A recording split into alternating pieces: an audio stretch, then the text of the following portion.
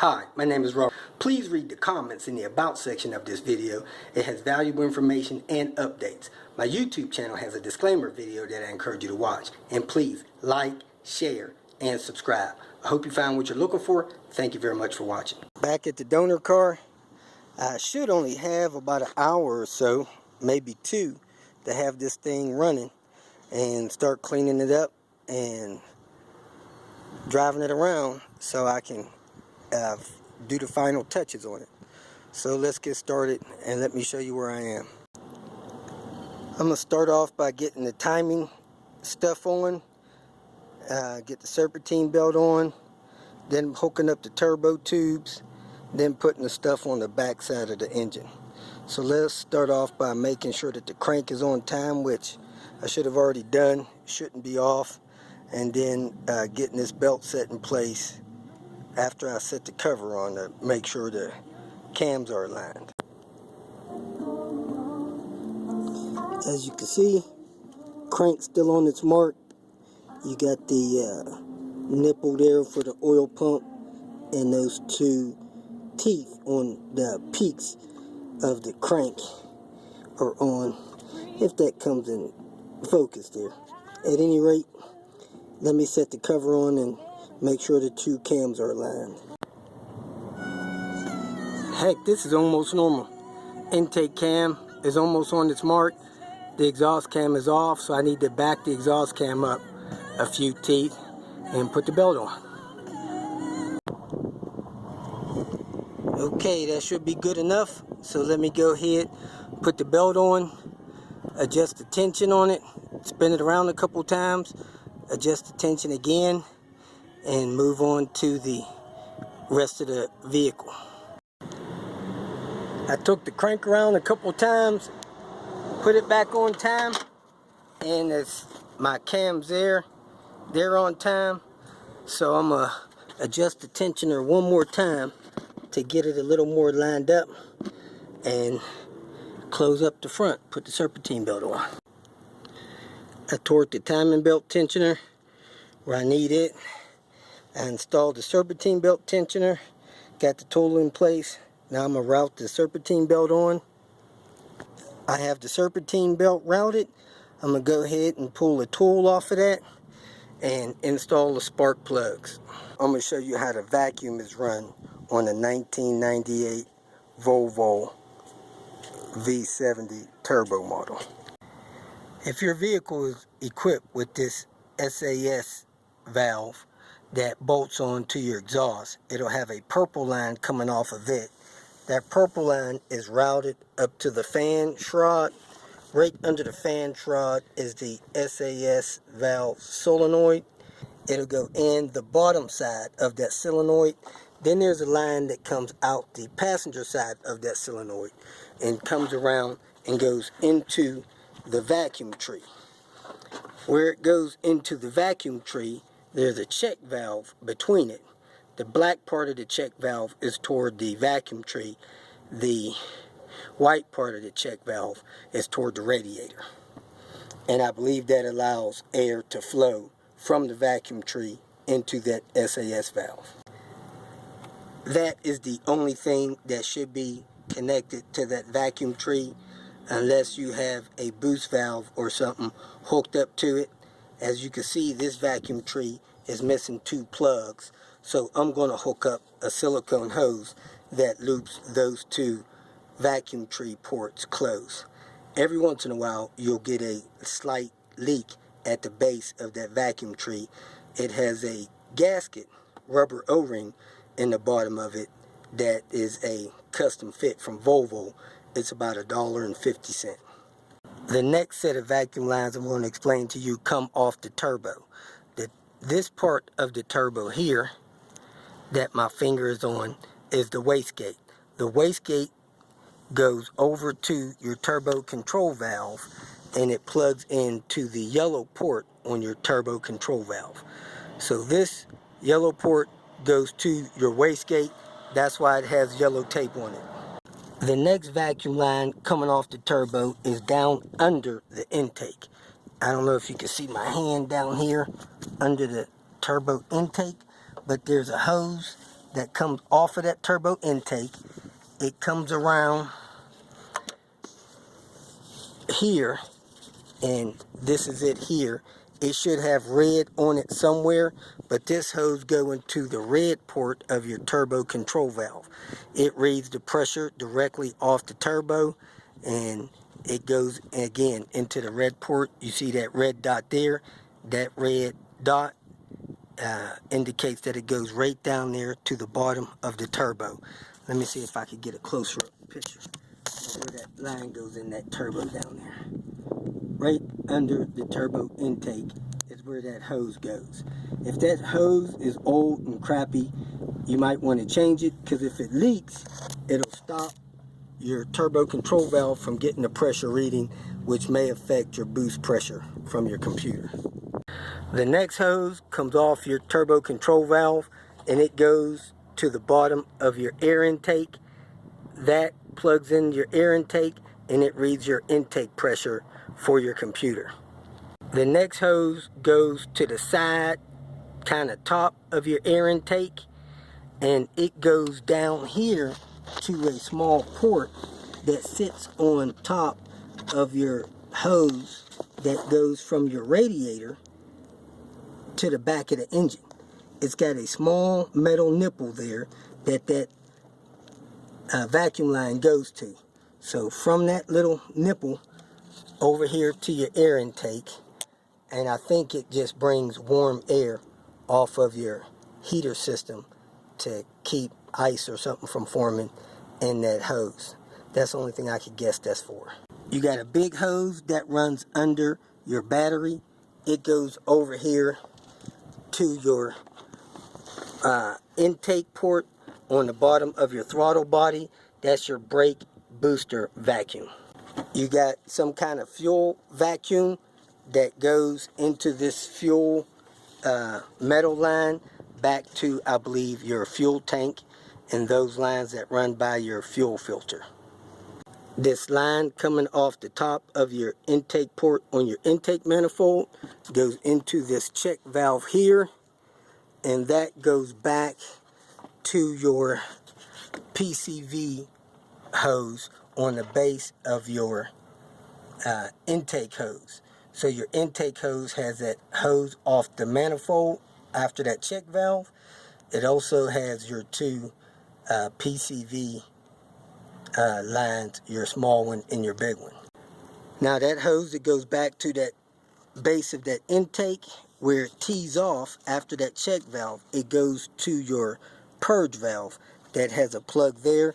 The other end of it goes to a blue filter thing, and then that routes down under the vehicle. I believe it goes back by those hoses where your fuel pump is.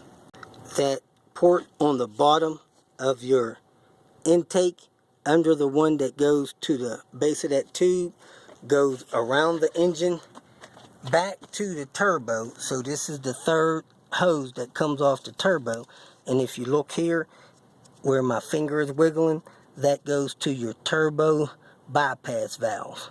So when your turbo bypasses, it blows air out of that valve and dumps it into your intake system. The cruise control has its own vacuum pump and hoses that go back into the firewall, so that's self-contained. I don't have any other information on vacuum hoses for the 98 model. Next, I'm going to go ahead and put the distributor on and the spark plug wires. I still, to the life of me, can't find that spark plug, so I'm going to have to put a used one in there until I get a new one. It's important that when you put this distributor on with the spark plug wires, that you keep these wires away from your crank sensor wire, which is here, because when they touch or get too close, they cause random misfires. I have the PVC hoses hooked up.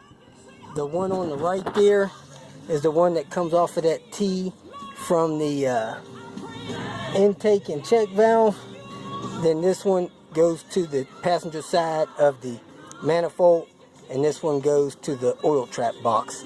And as you can see, I put a couple of new silicone hoses on this turbo control valve stuff, because that stuff was rotted out. So this turbo control valve hose plugs into the bottom of the intake there, like that.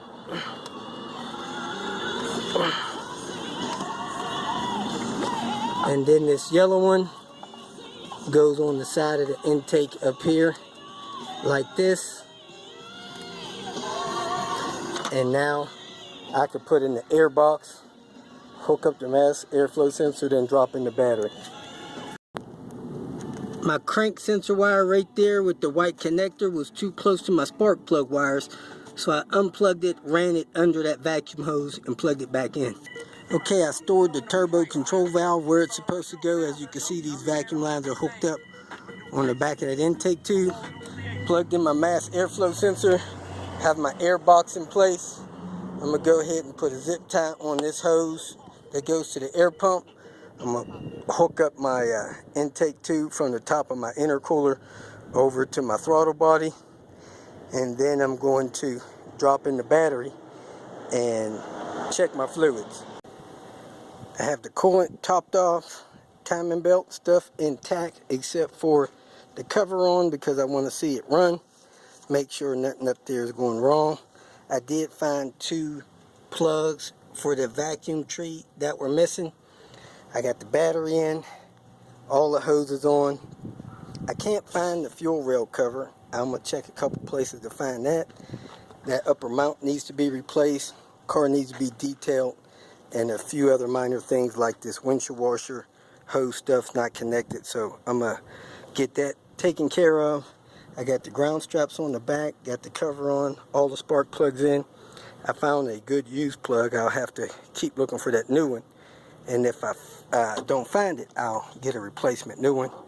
Got everything cleaned out of the engine compartment except my portable Bluetooth speaker. Now I'm gonna go ahead and fire this car up. Should be ready to run. Got something wrong with the bell dinger. It's dinging. But let me go ahead and turn the key to prime it.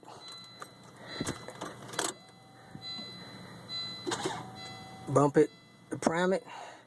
I'm going to do that 3 times. I do have a little bit of oil in it, in the cylinders, to help compression. Alright, next time I'm going to go ahead and start it.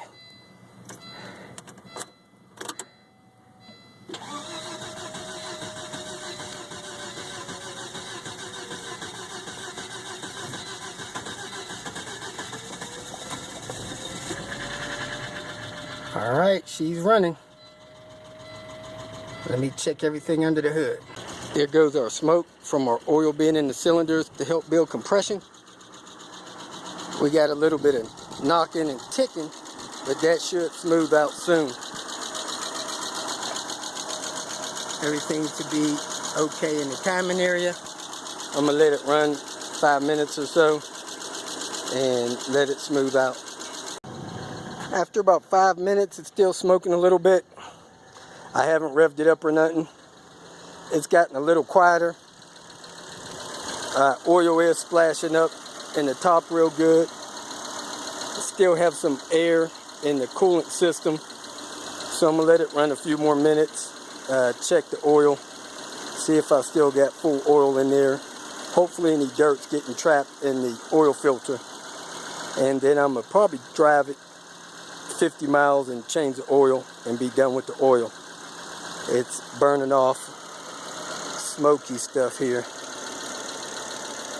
Probably stuff that spilled around in there. So I'm gonna let it keep running.